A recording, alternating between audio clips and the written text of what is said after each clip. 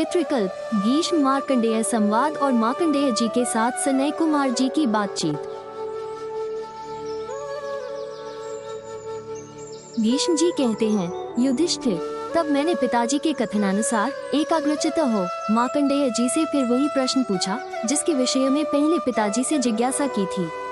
तब महातपस्वी धर्मात्मा मार्कंडेय जी मुझसे कहने लगे, निष्पाप भीष्म, मैं तुझसे सब बात कहता हूँ, तू सावधान होकर सुन। प्राचीन काल में मैंने पितृप्रसाद से ही दीर्घायु प्राप्त की थी और पितृभक्ति से ही इस संसार में बड़ा भारी यश पाया है।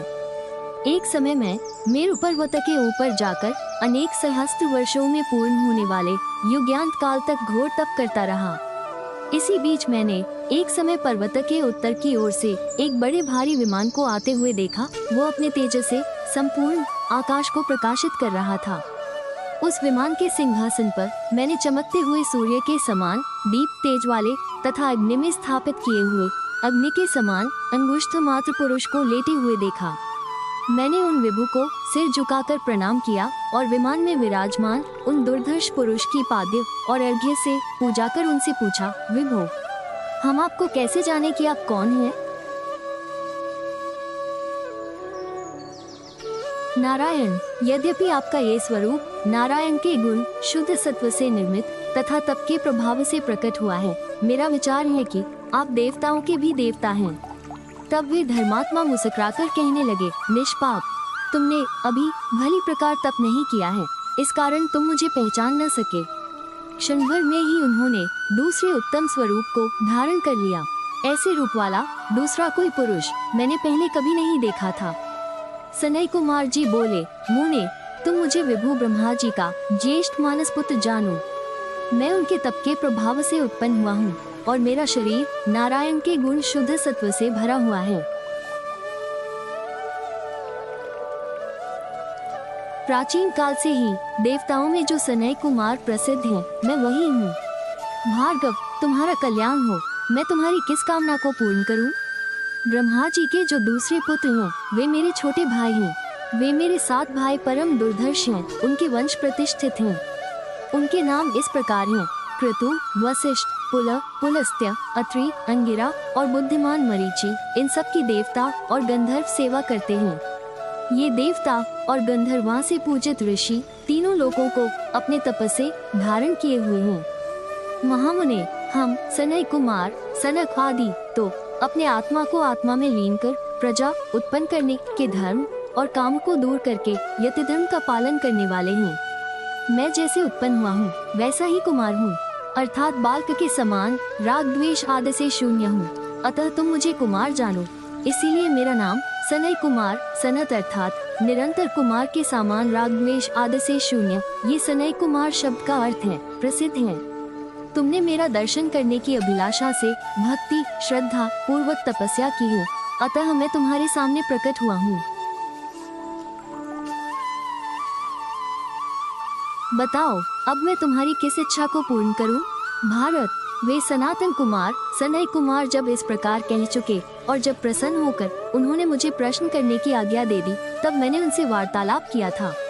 निष्पाप भीष्म, तब मैंने उन सनातन ऋषि से पितरों की उत्पत्ति और श्राद्ध के फल संबंधी विषय को लेकर ही प्रश्न किया। मेरे पूछने पर उन देवेश्वर ने मेरे संदेह को दूर कर दिया।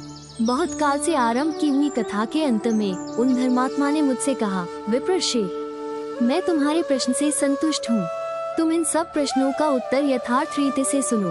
भार्गव, देवता लोग मेरी पूजा करेंगे, इस विचार से ब्रह्मा जी ने उनकी रचना की, किंतु वे फल के लोभ में पड़कर ब्रह्मा जी को छोड़ अपनी ही पूजा में लग गए, इंद्रिय तृप्ति के चक्कर में ही पड़ गए।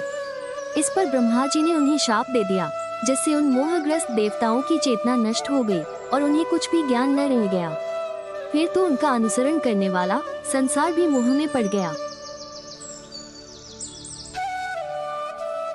इस प्रकार शाप हो जाने पर वे फिर ब्रह्मा जी के चरणों में जाकर गिरे और उनसे क्षमा याचना की।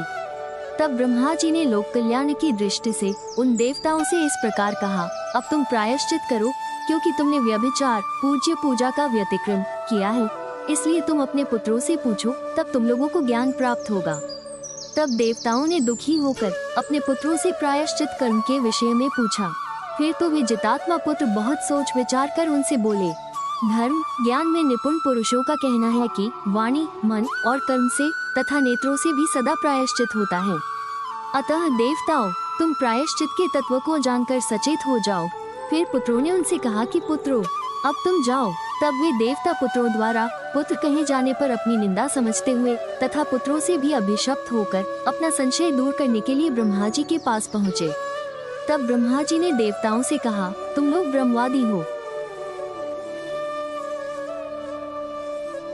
इसलिए उन्होंने तुमसे जो कुछ कहा है वो ठीक ही है, इसमें कुछ भी अनुचित नहीं है। तुम तो उनके शरीर की रचना करने वाले देवता होगे और वे ज्ञान प्रदान करने वाले तुम्हारे पितर होंगे, इसमें तनिक भी संदेह नहीं है। देवताओं और पितरों, तुम दोनों आपस में एक दूसरे के पितर हो, इसमें कुछ भी संदेह नहीं है। स्वर्गवासियों, इस बात को तुम भली भांति जान लो। तब वे देवता, जिनका सारा संशय ब्रह्मा जी द्वारा नष्ट हो गया था और जो परस्पर प्रीति युक्त थे, पुनः पुत्रों के पास आए और उनसे बोले, तुम हमारे पितर हो, क्योंकि तुमने हमको ज्ञान प्रदान किया है। तुम धर्मज्ञ हो, तुम्हारी क्या इच्छा है? तुम्हें क्या वर दिया जाए? तुमने जो बात कही है वो ठीक है, इसमें कुछ अनुचित नहीं है, परंतु तुमने जो हमें पुत्र का कहकर संबोधित किया है, इस कारण तुम पितर होगे, इसमें कुछ संदेह नहीं है। जो प्राणी श्राद्धों द्वारा पहले पितरों का पूजन किए बिना ही जो कुछ क्रियाएं करेगा, उन क्रियाओं का फल राक्षस, दानव और सर्पों को प्राप्त होगा।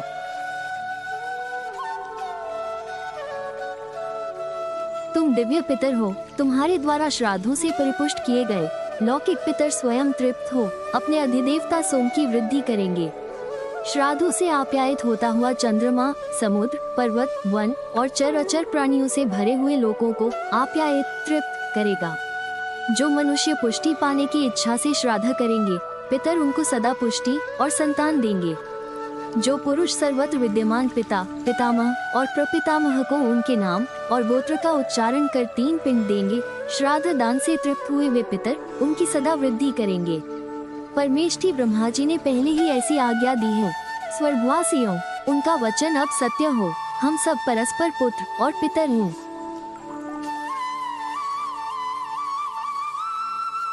सनय कुमार जी ने कहा, मुने, जो देवता हैं वे ही पितर हैं और जो पितर हैं वे ही देवता हैं।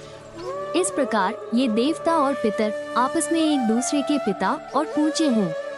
इस प्रकार श्री महाभारत खिल भाग हरिवंश के अंतर्गत हरिवंश पर्व में पितरों का उत्पत्ति विषय 17वां अध्याय पूरा हुआ। जय श्री कृष्ण।